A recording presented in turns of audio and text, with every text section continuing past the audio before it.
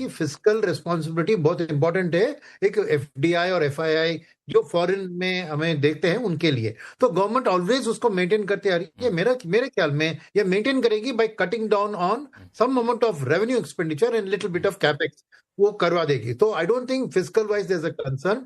और करेंसी में भी जो कंसर्न थी, मैंने आरबीआई ने बहुत स्ट्रांग एक्शन लेकर करेंसी का जो 95 तक गया था उसको देखिए 92.5 तक लाकर उधर ही रख रहे हैं अपने एडमिनिस्ट्रेटिव एक्शन मेजर्स के जरिए।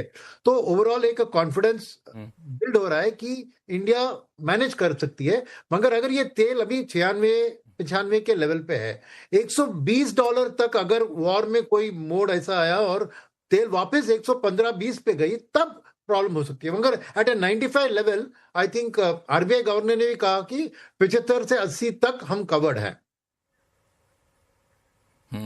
तो 75 से 80 तक क्रूड रहे तो उसमें कोई टेंशन नहीं है। रुपी मोरलेस आरबीआई ने कवर कर ही लिया है, उस लेवल पर है, तब भी हमें कोई दिक्कत नहीं है। लेकिन एक कंसर्न है मिहिर वोरा साहब, रुपी को जो आर्टिफिशियली उसको मैनेज किया जाता है तो कई बार इन्वेस्टर्स उसको बहुत अच्छे सेंस में लेते नहीं है। लेकिन जिस तरीके से रुपी में डिप्रिसिएशन था तो आर्टिफिशियली सही मैनेज तो कर लिया गया, तो वो अब कंसर्न रहेगा बाजार के लिए कि नहीं?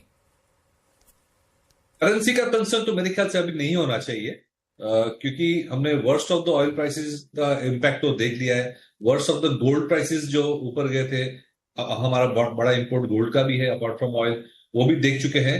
और उसकी वजह से मुझे लगता है कि जो आरबीआई की इंटरवेंशन थी वो काफी कम थी पिछले 2 हफ्तों में, और रुपी को आई थिंक मोरलेस अपने नेचुरल लेवल्स पे किया गया, अलाउ किया कि फ्लोट हुए। हाँ, जब आरबीआई को लगा कि जो स्पेक्यूलेटिव शॉर्टिंग हो रही थी local as well as forward offshore market में रुपी की, उसको वो शॉर्ट कवरिंग के लिए जो आरबीआई ने पिछले हफ्ते 2 स्टेप्स लिए थे, उसकी वजह से एक स्टेबिलिटी आई है। बट आरबीआई ने खुद से इंटरवीन करना मेरे ख्याल से कम कर दिया है। तो ये बहुत बड़ा कंसर्न अभी नहीं रहेगा। चलिए थोड़ा सा हम लोग बिल्कुल टू द पॉइंट काम की बातें पर आ जाए, चूंकि बहुत सारी चीजें इतनी तेजी से डेवलप हुई हैं कि बहुत सारे निवेशक जो हैं अलग अलग असमंजस की स्थिति में रहते हैं। मिहिर वोरा साहब से शुरू करूं मैं कि खासतौर से जो आंकड़े आए हैं, म्यूचुअल फंड के आंकड़े आए हैं, तो उसमें हमने देखा कि रिटेल इन्वेस्टर्स ने इक्विटी म्यूचुअल फंड में ठीक ठाक पैसा लगाया, पहले के मुकाबले ज्यादा किया है। तो अभी आप लोग क्या सजेस्ट कर रहे हैं कि अब नए सिरे से जो पूरा सेटअप बन रहा है तो पोर्टफोलियो एलोकेशन वैसे ही रख रहे हैं, या फिर आप लोग कह रहे हैं कि उसमें कुछ चेंजेस करने की जरूरत है, नए अपॉर्चुनिटी नए इक्वेशन बन रहे हैं? तो नहीं, मेरे ख्याल से जो नॉर्मल रिबैलेंसिंग करनी चाहिए वो करनी चाहिए, क्योंकि जब मार्केट, खासकर इक्विटी मार्केट नीचे जाता है तो ऑटोमेटिकली पोर्टफोलियो में शायद इक्विटी का वेट कम हो जाता है बिकॉज ऑफ प्राइस मूवमेंट। तो वो रिबैलेंसिंग अगर आपको करनी है तो बिल्कुल कर लेनी चाहिए एट दिस पॉइंट टाइम।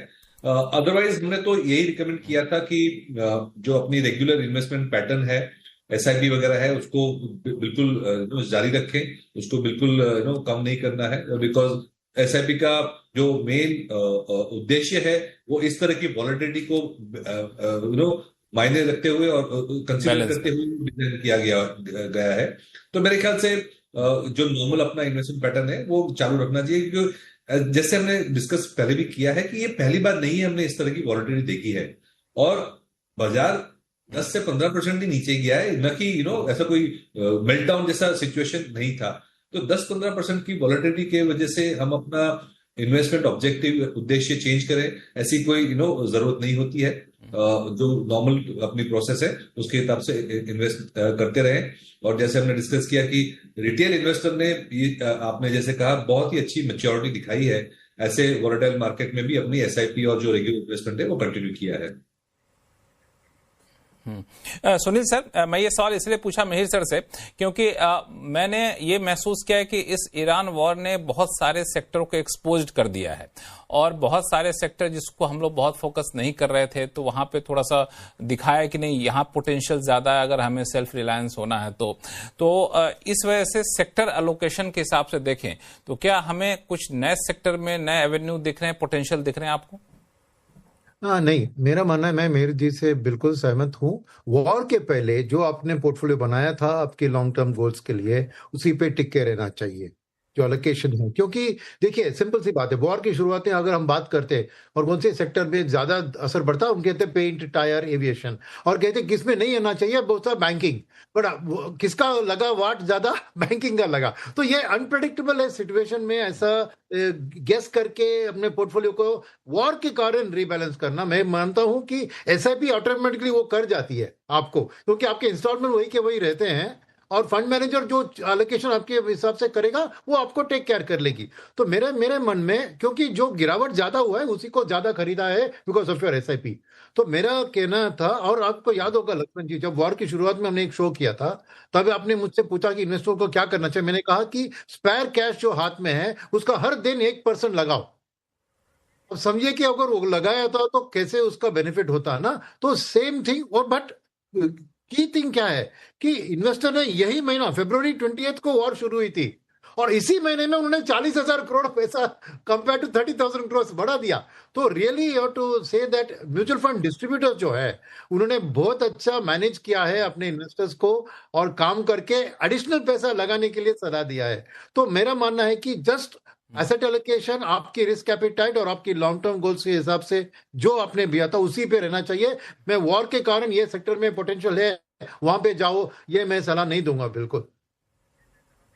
नहीं, मैं इसलिए सवाल दोनों लोगों से पूछ रहा हूं कि हमने देखा कि बहुत सारी चीजें जो खासतौर से क्रूड ऑयल पर डिपेंडेंसी है उसको अब कम करने के लिए गवर्नमेंट जा रही है कि आपको रिन्यूएबल एनर्जी पे जाना है, आपको इंडक्शन पे जाना है, पीएनजी पे जाना है। तो जसप्रीत सिंह साहब, ये सारी चीजें मुझे जो सेंस मिल रहा है ये शॉर्ट टर्म के लिए नहीं थी, अब लॉन्ग टर्म के लिए प्लानिंग ये है कि अब थोड़े से क्रूड पे जितना डिपेंडेंसी कम किया जा सके, पूरी तरह से कम करना तो संभव है नहीं, लेकिन जितना कम किया जा सके उतना कम करें। तो इसमें हमें पीएनजी का सेगमेंट देख सकते हैं, रिन्यूएबल एनर्जी का सेगमेंट देख सकते हैं, सोलर एनर्जी का, सोलर पावर का सेगमेंट देख सकते हैं। तो वो आपको क्या लगता है, उसमें गुंजाइश है कि नहीं, वो पहले से ही काफी चले हुए हैं?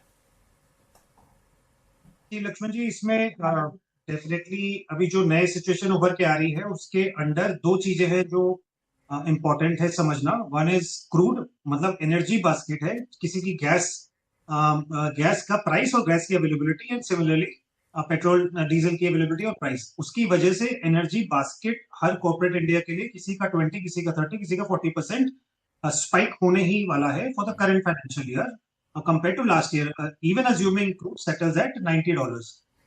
वो एक बड़ा important point है। Second, over a period of time, in the next 6 to 12 months, inflationary impact रहेगा in India and globally.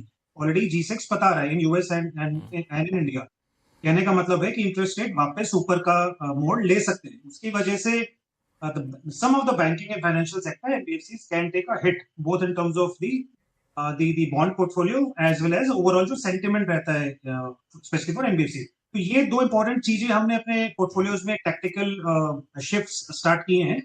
One is यहाँ पे क्रूड एंड एनर्जी बास्केट का बहुत ज्यादा रिलेवेंस है इन दी रॉ मटेरियल, उसका शेयर कम किया है, and the other is NBFC stroke select banks का ओवरऑल बीएफएसआई का थोड़ा सा वेट कम किया है।